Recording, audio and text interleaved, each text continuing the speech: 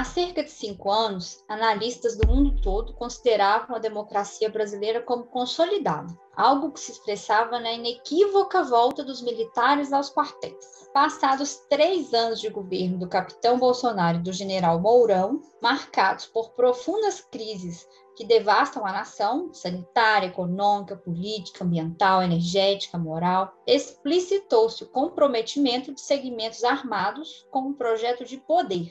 Em razão da constante ameaça autoritária capitaneada pelo governo, as perguntas transformaram-se. Vai ter golpe?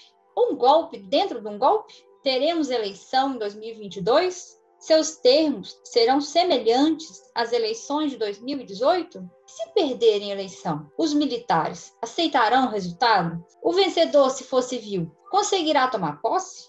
Em linhas gerais, o trauma da ditadura de segurança nacional e do terrorismo de Estado atormenta a inacabada e precária democracia brasileira, na esteira da crise das democracias liberais do século XXI.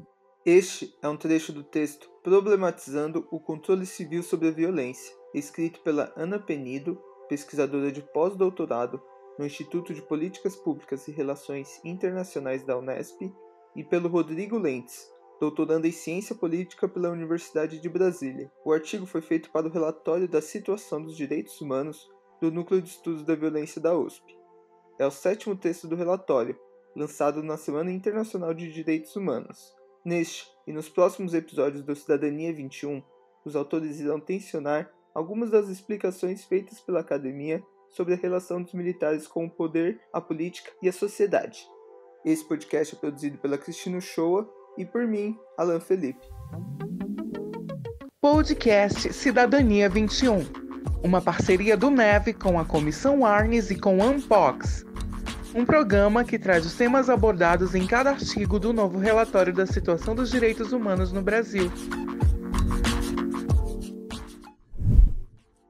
Os autores do texto, Ana Penido e Rodrigo Lentz, são pesquisadores com longa trajetória de observação e análise da presença e do papel dos militares no Estado brasileiro. Enquanto muitos analistas acreditavam que nas últimas 3 décadas, superada a ditadura, as Forças Armadas se recolheriam para um lugar mais reservado, o movimento que se enxerga vai no sentido inverso, com uma participação cada vez mais expressiva desses grupos em muitos espaços de poder e influência. Normalmente, a discussão sobre Forças Armadas, por muitos anos, foi mantida como algo pertinente exclusivamente aos direitos humanos. A gente precisa tirar a discussão sobre Forças Armadas dessa caixinha dos direitos humanos e observar ela como uma questão de poder. É poder que se conquista, poder que se controla, é o poder das armas em última instância. O que está no DNA por maior parte do tempo da nossa história são forças armadas que participam da política. Embora existisse essa crença de que eles não estariam nos quartéis, a gente pode pensar que o controle das políticas públicas em geral sobre eles foram, no máximo, em alguns momentos, uma interlocução sobre a política de defesa. Da porta do quartel para dentro, eles sempre determinaram tudo.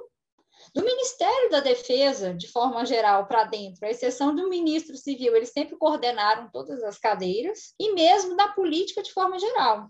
Então, existe um comportamento de tutela dos segmentos militares sobre segmentos civis. E dentro do DNA dos militares brasileiros está uma visão de combate ao inimigo interno. Historicamente falando, as Forças Armadas brasileiras sempre atuaram para dentro. Isso foi mudando de nome. Teve uma época que era a doutrina de segurança nacional, outra época agora a gente começou a falar, em um período foi garantida a lei da ordem, outro período agora mais recente começa a se discutir as leis antiterrorismo. Mas qual que é o DNA comum de tudo isso? É a ideia de que civis brasileiros, eventualmente contrários ao governo, contra alguma outra elite que esteja no governo, no poder, esses civis podem desestabilizar a democracia brasileira, uma vez que eles fazem críticas ao próprio governo. O Rodrigo traz uma entrevista do general Hamilton Mourão, publicada no dia 11 de março de 2021, na Folha de São Paulo, para exemplificar. E aí, por isso que é muito interessante